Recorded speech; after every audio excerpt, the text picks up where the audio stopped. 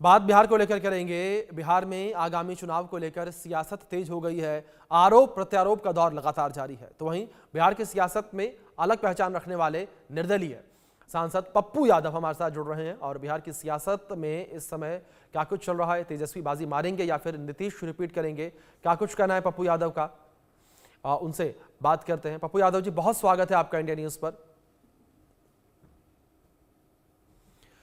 पप्पू जी, पहला सवाल यही है कि बिहार में आगामी विधानसभा चुनाव को लेकर महागठबंधन की बैठक हुई है, लेकिन जेडीयू के नेता कह रहे हैं कि 2025 में फिर से नीतीश कुमार, क्या कहेंगे आप? बीजेपी के नियत, नीत, चरित्र को सबने देखा है। 11 साल बीजेपी को हो गया जी। 6 साल अटल जी। 11 सालों से सिर्फ हिंदू खतरे में।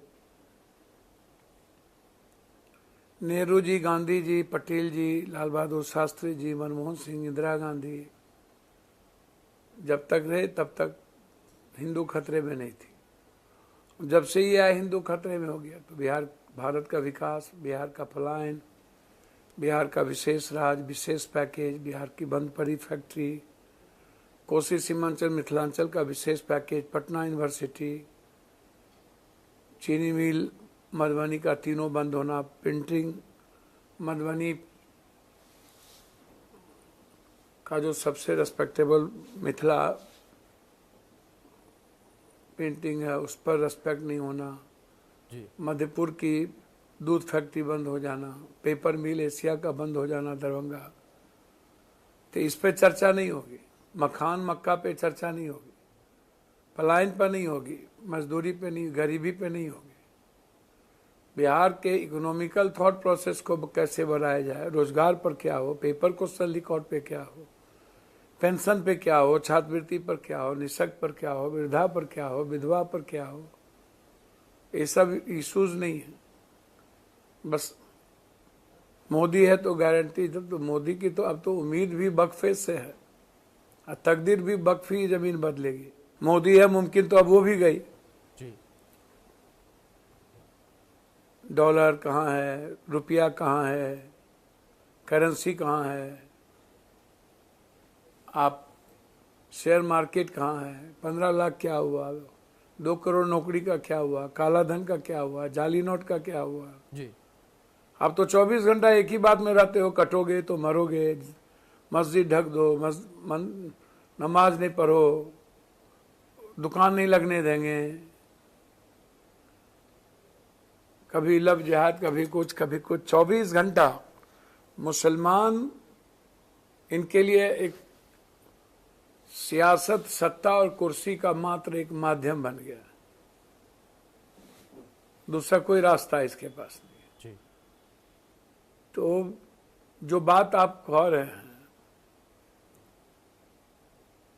तो इन लोगों को तो लंबे समय हो गया, डबल इंजन की सरकार रही। नीतीश जी तो सभी जगह रहे, तो लोग आपसे एक्सपेक्ट करते थे। आप निजी क्षेत्र में आरक्षण नहीं दिए, आप 47% जो कांग्रेस आरक्षण को बढ़ाई, 43% तेलंगाना में, उस तर्ज पर भी नहीं दिए, जबकि हम लोग का डिमांड है, हमारा डिमांड है 60%। बिहार डोमिसाइल मुद्दा लागू हो, 70-80%, 20% आप बाहर के लोगों को दीजिए, 80% बिहारी को नौकरी में, रोजगार में प्रेफरेंस दीजिए। आप वो भी तय नहीं कर पाए। बीजेपी कंप्लीट आरक्षण विरोधी है, जाति जनगणना विरोधी है। वो कभी ईबीसी, ओबीसी का और गरीब किसी भी जाति का भला चाहता ही नहीं है। यूथ के रोजगार और किसानों की बात करता ही नहीं है। रिहेबिलिटेशन की बात नहीं होगी, बाढ़ की बात नहीं होगी, हाई डैम की बात नहीं होगी, तो बात किस पर होगी? सिर्फ हिंदू मुसलमान पे, जात पात पे। तो आप तो डीएनए का के भी नीतीश को लात मारे थे, महिलाओं के सवाल पर भी नीतीश को लात मारे थे। तो अब बीजेपी को पता है कि नीतीश के बगैर मेरी नैया पार नहीं हो सकती इस जन्म में। और नीतीश कुमार जी की जो मना स्थिति है बहुत बेहतर नहीं है। सख्त बहुत मजबूत इलाज की जरूरत है। और बीजेपी के जो सीनियर लीडर हैं नीतीश कुमार की, वो जदयू के, वो नीतीश कुमार के साथ दूध मिश्री की तरह मिल चुके हैं। चुनाव के अंतिम दिन खंजर भोंकेंगे। 5% भी नीतीश कुमार का दिमाग चल रहा होगा तो बीजेपी को घुटने अभी आए ना, आए वहां के तो हरियाणा का मुख्यमंत्री ने कह दिया अमुक आदमी के नेतृत्व में लड़ेंगे, औकात बता दिया, सबको भागे भागे जाना पड़ा जी, और कहना पड़ा कि मुख्यमंत्री नीतीश कुमार होंगे। ठीक ठीक। दूसरी ओर पप्पू जी, बात महागठबंधन को लेकर की जाए, महागठबंधन की बैठक हुई, आप लोग मिलकर चुनाव लड़ेंगे, ये फैसला लिया गया, लेकिन आरजेडी के नेता ये कह रहे हैं कि तेजस्वी मुख्यमंत्री का चेहरा होंगे। देखिए, आरजेडी के नेता अपने मियाँ मिट्ठू बनते हैं जी, स्वयंभू भगवान है लोग। इन लोगों को गाली देने आता है, कुछ करने नहीं आता। आरजेडी में जो दलाल टाइप के, ठेकेदार पट्टेदार माफिया टाइप के लोग हैं, इन्हीं के चलते आज ईबीसी ओबीसी वोट भागा न भाई जी। नहीं तो कर्पूरी जी के बाद लालू जी, नीतीश जी, जॉर्ज, रामविलास, शरद जी, सब लोग जो हम लोग मिल के काम कर रहे थे, तो पूरा परिवार था और आज भी मेरा पूरा परिवार है। तो हम तो जो एसटी एससी ईबीसी है उसकी बात करेंगे, हमारे नेता भी उसी पर है। तो जो छोटी पार्टी है वो कभी रेस्पेक्ट तो देता नहीं है, बस यूज करता है, एसटी एससी को यूज करता है जी। कांग्रेस हमेशा एसटी एससी की बात सोचा, ऊंची जात के गरीब की बात सोचा, ऊंची जात की बात की, पिछड़े की बात की। आज राहुल जी स्टैंड पर हैं, कायम है कि हम 67% 30% आरक्षण, लालू जी राहुल जी बिल्कुल कायम है कि जाति जनगणना हम कराएंगे। तो आज जो लड़ाई जिस लेवल पर लालू जी लड़ रहे हैं और जो नीतीश कुमार की स्थिति है, तो ईबीसी और एसटी एससी के लोग सीधा राहुल जी और कांग्रेस को देख रहे हैं। तो हमारी कोशिश है कि जिससे मेरा परिवार का, एसटी एससी से हम दूध मिश्री का मेरा रिश्ता है, परिवार का, ईबीसी से राजनीतिक रिश्ता नहीं है, बेटा बाप का, माँ का, बेटा का, परिवार का रिश्ता है। तो उसको एस्टेब्लिश करना, उसके एजुकेशन, उसकी इकोनॉमिकल स्थिति को देखना मेरे लिए प्राथमिकता है। पता है कि नीतीश के बगैर मेरी नैया पार नहीं हो सकती इस जन्म में। और नीतीश कुमार जी की जो मना स्थिति है बहुत बेहतर नहीं है जी, सख्त, बहुत मजबूत इलाज की जरूरत है। और बीजेपी के जो सीनियर लीडर हैं नीतीश कुमार की, वो जदयू के, वो नीतीश कुमार के साथ दूध मिश्री की तरह मिल चुके हैं। चुनाव के अंतिम दिन खंजर भोंकेंगे जी।